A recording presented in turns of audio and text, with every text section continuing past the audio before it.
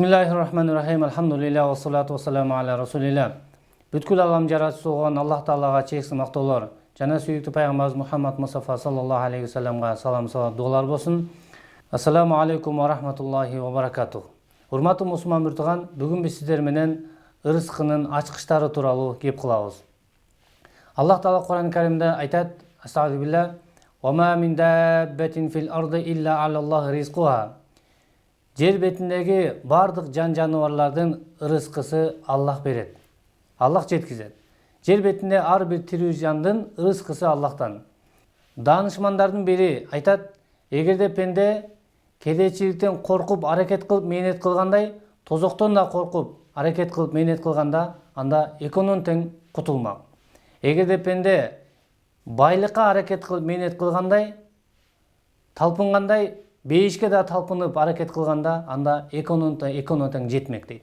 Башкача айтканда, эгерде тозоктон кутулганда аракет кылганда, тозоктон да кутулмак, ошондой эле кедейчиликтен да кутулмак.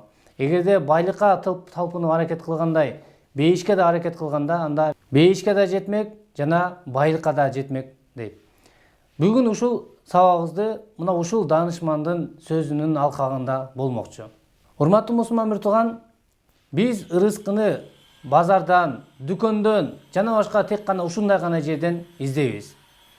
Бирок башка нерсени аракет кылбайбыз. Аллах Таала өзү айтат: "Ырыскыны Аллах Тааланын алдынан издегиле. Ага ибадат кылып, сыйынуу менен, ал берген нерсеге ыраазы болуп, канаат кылып, берген нерсесине ыраазы болуу менен, шүгүр келтирүү менен ырыскыны издегиле" дейт. Азыр ырыскынын келүүсүнө себеп болгон нерселерди айтабыз.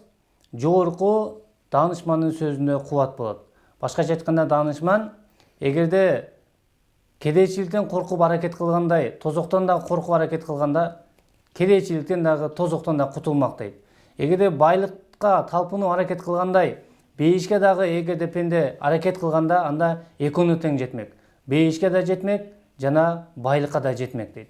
Мына ушул нерселер азыр ырыскы келишке себеп болгон нерселерди айтабыз. Мына ушул даанышмандын сөзүндө кубат болот. Сиздин ырыскыңызга себеп болгон, келишине себеп болгон нерселердин алгачкысы бул истигфар келтирүү. Аллах Тааладан кечирим сурап, ага тобо келтирүү. Аллах Таала Кур'ан-ы Каримде айтат: "Факул тустагфиру раббакум иннаху кана гаффара, юрсилус самаа алейкум мидрара, ва юмдидукум би амвалин ва банина, ва ядж'ал лакум джаннатин, ва ядж'ал лакум анхара." Садакаллахул азим. Нух алейхиссалам айтат коомуна: "Силер Аллах Таалага истигфар келтиргиле, кечирим сурагыла. Аллах Таала албетте кечиримдүү зат. Силер истигфар келтирсеңер, Аллах Таала силерге нөшөрлөгөн жаанды, берекелүү жаанды жиберет. Мал, мүлк, байлык менен силерди кубаттандырат жана силерге бакчаларды, бак дарыяларды берет" деп айтат. Демек, урматтуу мусулман биртуган, эгерде инсан Аллах Таалага канчалык көп истигфар айткан сайын, кечирим сураган сайын, Аллах Таала пенденин ырыскысына көбөйтүп берекесин бере берет. Аллах Таала ким истигфар айтса, жогорку аятта 5 нерсени убада кылып атат. Биринчиси, берекелүү болгон нөшөрлөгөн жаан жиберет. Мал, мүлк берет, байлык берет, бала берет, жана инсанга бакча жана дарыя берет дейт. Мына ушул 5 нерсени ким истигфар айткан болсо, Аллах Таала аятта эмне кылып атат? Убада кылып атат. Кийинки сиздин ырыскыңызга береке келишине себеп болгон нерсе бул туугандар менен жакшы мамиледе болуу, карым-катнаш кылуу.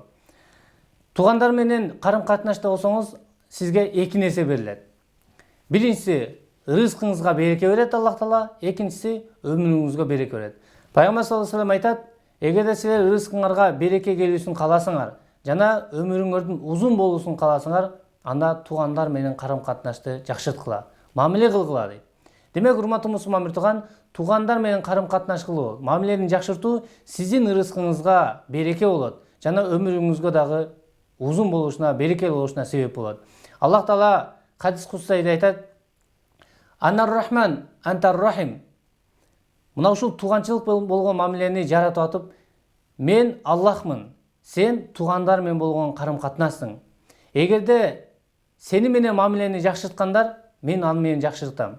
Ким сени менен мамилени үзгөн болсо, мен дагы ал менен мамилемди үзөм" дейт. Башкача айтканда, ким туугандар менен карым-катнаш кылган болсо, Аллах Таала ошол пенде менен мамилени жакшыртат. Ким туугандары менен карым катнашты үзгөн болсо, Аллах Таала мына ушул пенде мен дагы мамилемди үзөм дейт. Ошондуктан биздин рызкыбызга береке келиш үчүн туугандар менен дагы карым катнашта болуубуз баарыбыздын милдетибиз. Кийинки рызкыңызга береке келишинин себеби бул такыбалык, Кудайдан коркуу. Аллах Таала Кур'ан-ы Каримде айтат: Астагфируллах, "Ва ман яттакиллаха яджал лаху махраджа ва ярзуқу мин хайсу ла яхтасиб."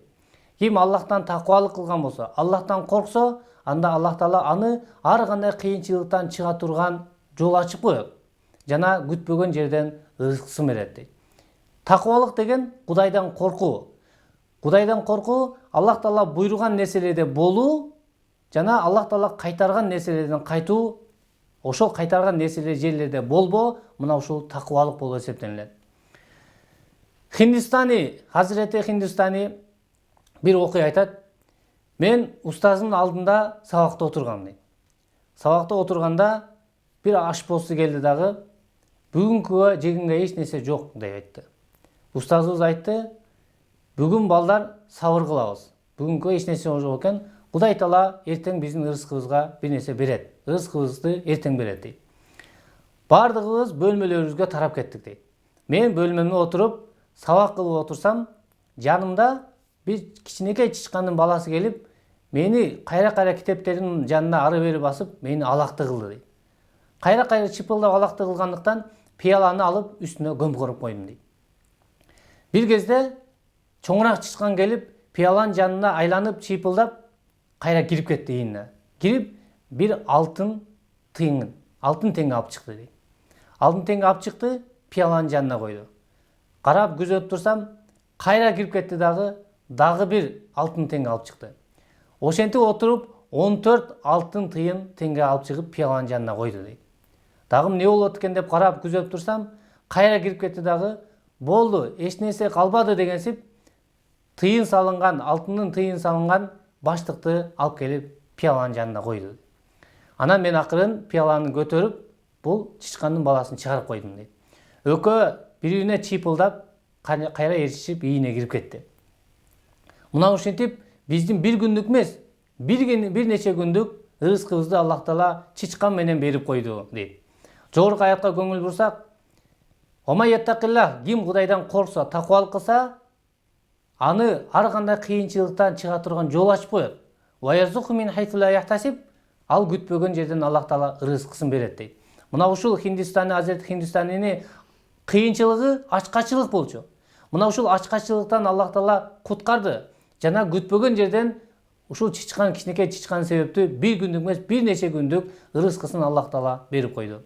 Урматтуу мусулман биртуган, кийинки сиздин рызкыңызга келишине себеп болгон нерсе бул Аллах Таалага тобокел кылуу. Тобокел деген бул сиздин рызкыңызга келе турган себепти кылып, натыйжасын Аллахка тапшыруу. Мына ушул тобокел. Аллах Таала Кур'ан-ы Каримде айтат: "Ва ман ятаваккал алаллах фа хуа хасбу".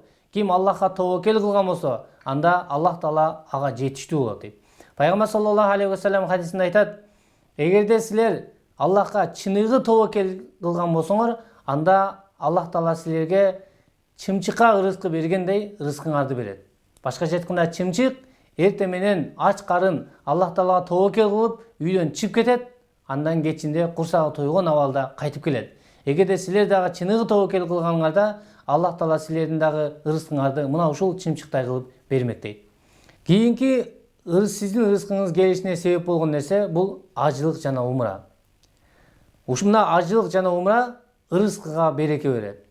Пайгамбар саллаллаху алейхи ва саллям айтат: "Ажылык жана умра инсандын кедейчиликти кетирет, кандай эле темирди кызытканда, темирден ушундай даты, жаман нерсеси кетип кеткендей, инсандын дагы кедейчилиги кетет, ажылык жана умра себептүү" дейт.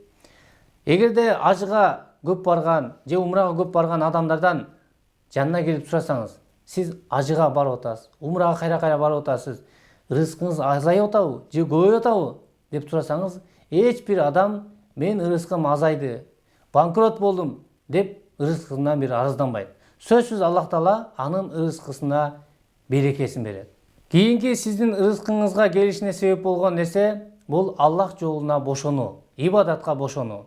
Аллах Таала хадис кудсиде айтат: "Я ибни Адам, эй адам баласы, тафаррак ли ибадати, ибадатым үчүн бошоңгун. Сенин көкүрөгүңдү байлыкка толтурам жана сенден кедейчиликти, кембагалчылыкты тосомун.